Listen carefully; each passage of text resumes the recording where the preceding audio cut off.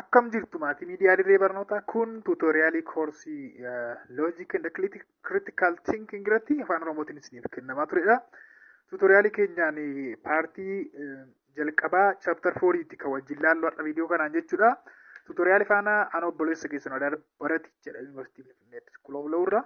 Hamma dhumaatti kan afaan irratti affeereen jira. Kallattumaan gara tuutooriyaalii keenyaatti ceena. Chapter 4 jalatti kan laallu basic concepts of critical thinkingidha jechuudha. Baay'ee miidiyaa keenyaaf haaraa warri taatan subscribe gochuudha. Maatii keenya ta'aadha. Viidiyoo kana mul'aaliin dura mee laayik godhatee galaame. Haa baay'atu laayikiin vaaluu naa qaba waan ta'eef. Well, waan laayik gootaniif immoo galatooma sin argeera. Basic concepts of critical thinking. Critical thinking chaptarii kanarratti waa'ee critical thinking kan laallu yookaan immoo fageessanii yaadu fageessanii yaadu. Akka jechuudha critical thinking yommuu jennu gadi fageessanii yaaduu akka jechuudha afaan oromootiin literally gaafifnu hiika isaa ilaalla meaning of critical thinking. Critical thinking jechuun maal jechuudha?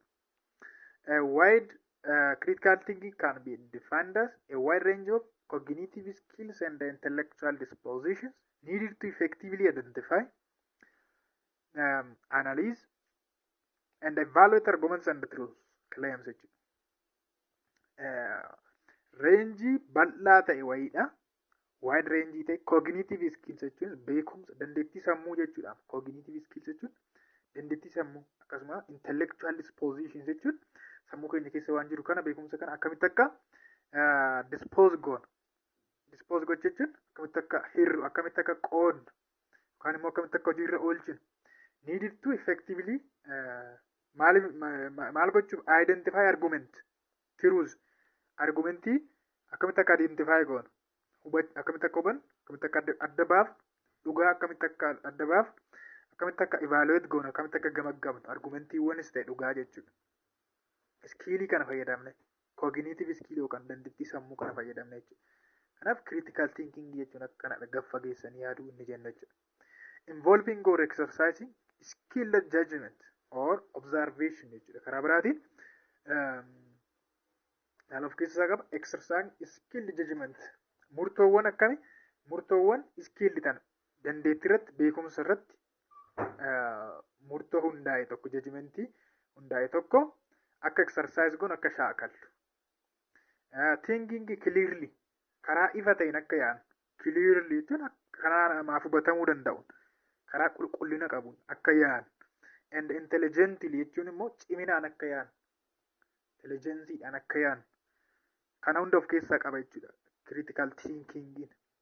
A wide range of cognitive skills and intellectual disposition need to effectively identify isumaan malaalleedha.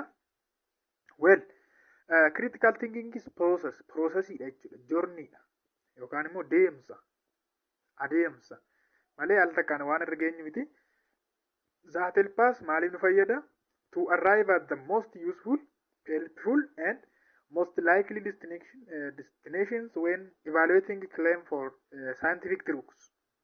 Scientific truth yookaan immoo dhugaa saayintifiikii ta'e tokko akkamitti akka bira geenyu akkamitti akka arrive goonu akkamitti helpful and the most likely destination baay'ee barbaachisaadha jechuudha. Most usefulidha helpfulidha jechuudha critical thinking dhugaa bira gahuudhaaf akkasuma immoo evaluate gochuudhaaf gamaggamuudhaaf jechuudha. To formulate kan biraan immoo karaa akkamiidha jechuudha journey akkamiidha imala akkamiidha. A journey to formulate and present convincing reasons in support of conclusions. Gitanii reasoning tokko sababa tokko yommuu dhiyeessuun nama sana convince gochuudha.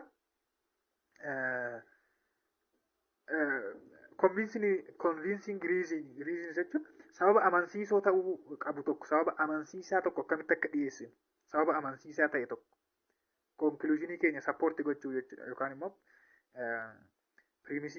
premising keenya reasonable akka ta'u convincing akka ta'u amansiisaa akka ta'u and to make reasonable sababaawaa intelligent decisions murtoo cimaa ta'e tokko about what to believe and what to do waan itti amannu ta'es waan itti amannu tokko yookaan immoo waan hojjannu tokkoof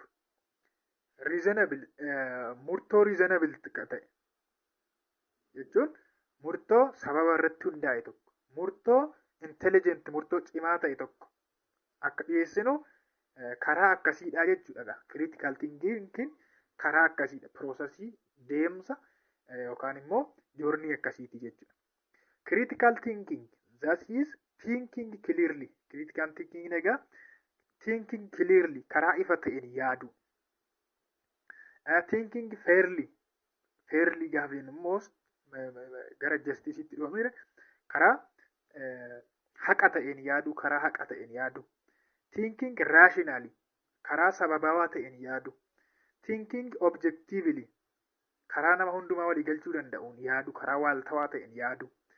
Thinking independently of danda'anii yaadu.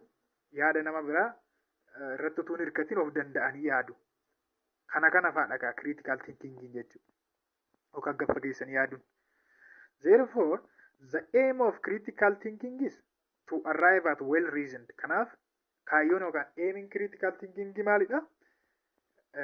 Arrive at well reasoned jechuun sirriitti sababawaa kan ta'e, considered sirriitti kan ilaallame, and justifiable conclusions. Sirriitti haqa qabeessa kan ta'e, conclusionii yookaan immoo guduunfaa akkasii bira akka geenyu nu gargaara jechuudha. Kanadha kaayyoon isaa. Guduunfaa akkamii? Guduunfaa well reasoned ta'e, guduunfaa sababawaa ta'e tokko, guduunfaa sirriitti considered ta'e tokko, sirriitti ilaalame tokkoo fi justifiable yookaan immoo haqa qabeessa ta'e tokko bira akka geenyuu fi nu gargaara joorniidha jechuudha. American philosopher John Dewey maal jedha? Critical thinking akka armaan gadii kanatti ibsee jira. Philosopherota kana hayyuu philosophiiti John Dewey an active jedha. Activiidha si'aawaa kan ta'e. Persistent itti fufaa kan ta'e jechuudha. Haala itti fufaa ta'e. Waan itti fufaa waan adda ciccinne tokko jechuudha. And careful consideration yookaan immoo ilaalchuma waanuma tokkoyyuu sirriitti of eeggannoodhaan kan itti ilaallu jechuudha. Of belief or supposed form of knowledge. Bitanii active belief yookaan immoo active knowledge, persistent knowledge, careful consideration. Kanadha jedha. Activiin kan inni ibsu egaa think is true for yourself jechuudha. Ofii keetiif ofumaa keetii karaa of mataa keetii yaadiidha miti raise question yourself of gaafatta jechuun ofumaa keetii gaaffii kaasii find relevant information jechuun odeeffannoo barbaachisoo ta'an funaanii ofumaa keetii jechuudha. And so on rather than learning in a largely passive way from someone else. Argite activiidha kan jennu si'aawaadha kan jennu egaa ofumaa keetii fi yaadi jechuun namarratti calmattee namarraa barachuu namarraa waraabbachuu tun ta'e ofumaa keetii yaadi ofumaa keetii gaaffii gaafa ofumaa keetii informationii funaani ofumaa keetii immoo maal godhi baradhu learn by yourself jechuudha. Ofumaa keetii gaaffii kaasii ofumaa keetii gaafa persistentiin immoo egaa persistent and careful consideration kan jennu Deweyin akka jedhutti contrasting critical thinking with the kind of unreflectable thinking we all sometimes engage in yeroo tokko keessatti hirmaanna miti waan akkas unreflective jechuudha. Kanaaf unreflectiveedha faallaadha warri kun persistentii jechuun haala itti fufaa ta'e carefully haala of eeggannoodhaan guuteen yommuu yaadnu jechuudha. Kanaaf unreflective thinking akkasii akka faalleessinu nu gargaaru jechuudha warri kuni.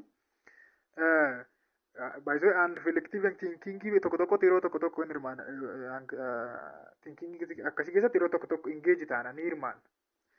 Persistent fi careful consideration garuu thinking akkasii keessa akka baanu nu gargaara jechuudha. Unreflective thinking akkasii keessa akka baanu. For example, we sometimes jump to conclusion yeroo tokko callisnee magara guduunfaatti conclusionitti fiigna or make quick decision without thinking about it. Yookaan immoo tuutti yaadin murtoo tokko murteessuuf ariifanna yeroo tokko. What Dewey is saying maal jedha Deweyin jechuudha. To express it in a more familiar language is that what matter are the reasons we have for believing something and the implication of our beliefs. Ante wanti matter godhu reasonii nu qabnudha, sababa nuti dhiyeessinudha. Waan irratti amanne tokkoof jechuudha. Waan amanne tokkoof. Kaan ammoo biliifii keenyaaf reasonii nu qabnu, reasonii nuti dhiyeessinu matter godhaadha. Matter godha. Edward Glaser immoo critical thinking akkas jedhee ibsa. An attitude karaa sadiin ibsa. An attitude ilaalchadha jedha tokko. Attitude of being disposed to consider in thoughtful ways the problem and the subjects that come within the range of one's experience jechuudha. Attitudein kun immoo kan disposed attitudein nuti hojiirra oolchuun disposed goonu ta'e karaa thoughtful ta'een karaa sirriitti itti yaadameen kan argan experienceidhaan jechuudha. Knowledgeidhaan immoo karaa lammaffaan knowledgeidha of the method of logical inquiry and reasoning. Knowledgeinis immoo methodidha. Knowledge of the method of logical inquiry and reasoning. Beekumsa nuti waan tokko gaafachuu fi reasoning gochuu sababeessuu irratti qabnudha. Ilaalcha nuti qabnudha, beekumsa nuti qabnudha. Sadaffaan immoo skiilii nuti qabnudha. Some skill in applying those methods. Methodiiwwan kam? Methodii waa gaafachuu, logical inquiry karaa logical ta'een gaafachuu, akkasuma reasoning gochuu. Beekumsa sana karaan ittiin immoo apply goonu skiiliidha, dandeettiidha. Kanaaf warra kana sadeen attitude, knowledge fi skiilii walitti combine godhee ibsa jechuudha. Edward Glaser. Robert Innis immoo akkam jedha, define critical thinking as reasonablyidha.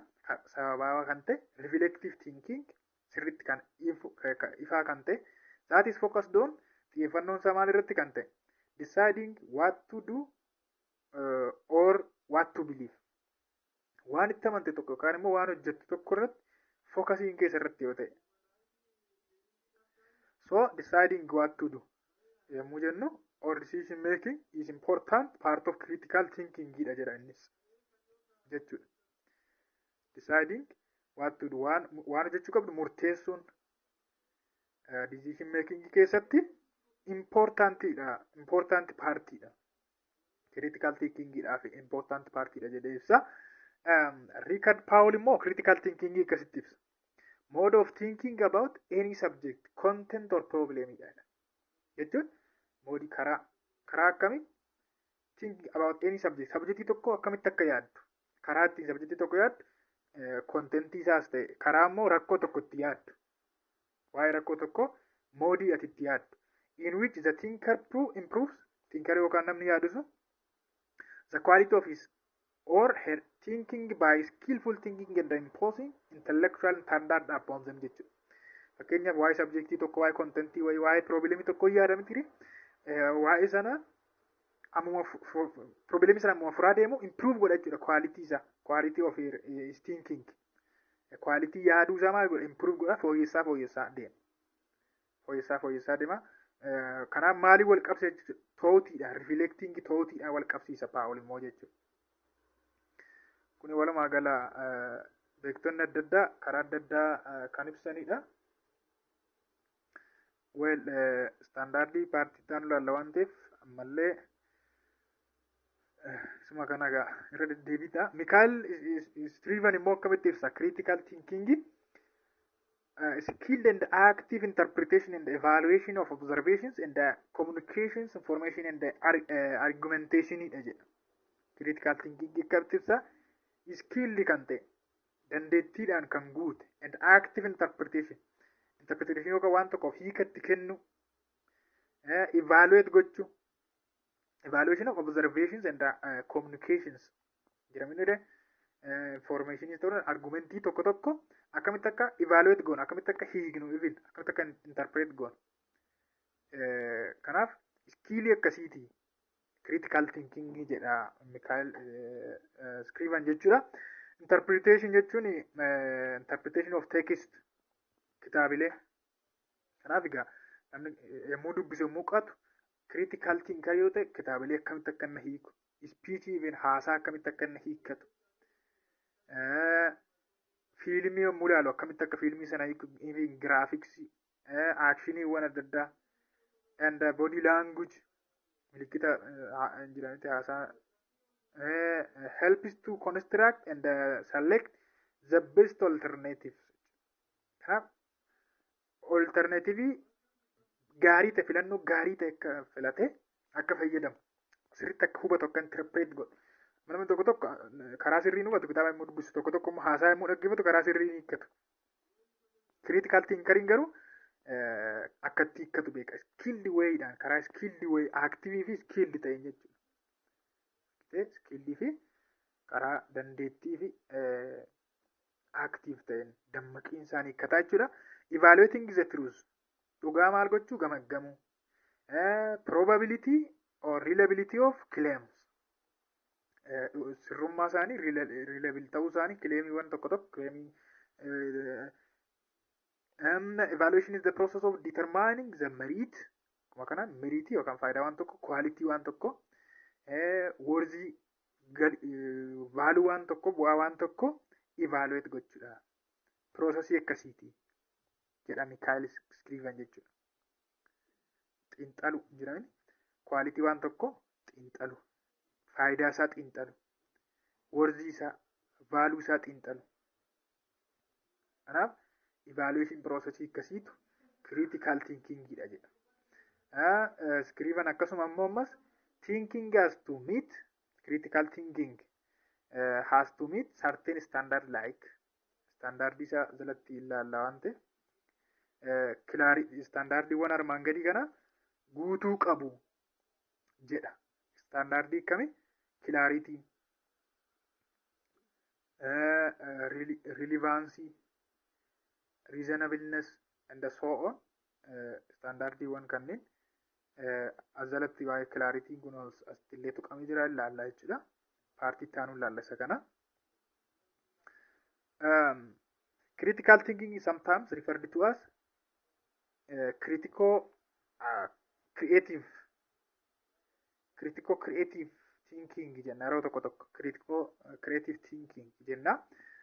This word is a combination of two words critically fi creative jechoota lamarraa kan ijaaramedha. Tokko criticalidha lammaffaan immoo creativeidha uumuudha jechuudha. This is because critical thinking is kind of evaluative thinking waan ta'eef jechuudha. Evaluative thinking waan tokko yommuu yaan akka xiinxallu jechuudha. Kan akkamii jennu involves both criticism and creative thinking. Maal of keessaa qabaa karaa bira criticism of keessaa qabaa qeeqallee of keessaa qaba creative thinking illee qaba jechuudha. Uumu jira miti creative ta'u. The particularly concerned with the quality of reasoning or argument that is presented in support of belief. Concern kan inni godhu particularly jalqabatti jechuudha. Quality of reasoning qulqullina maali reasoning gochuu kan sababeessu or argument yookaan immoo argumentii dhiyeeffachuu karaa kamiin maal brief yookaan actionii keessan deeggaru jechuudha. Support gochuudhaaf karaa reasonable ta'een kana kanaan wal qabata. Walumaa galaa kana fakkaata. Paartiin kun paartii taanuun immoo standards of critical thinking ilaalla. Azalatti akkasuma principle of good argument illee ilaalla jechuudha paartii taanu. Tutoriyaal faanaan buleessa keessan wal baratti ture hamma yoonaatti waan hordoftaniif ulfaadhaadha. Paartii taanuu argina nagaan tura. Bye bye.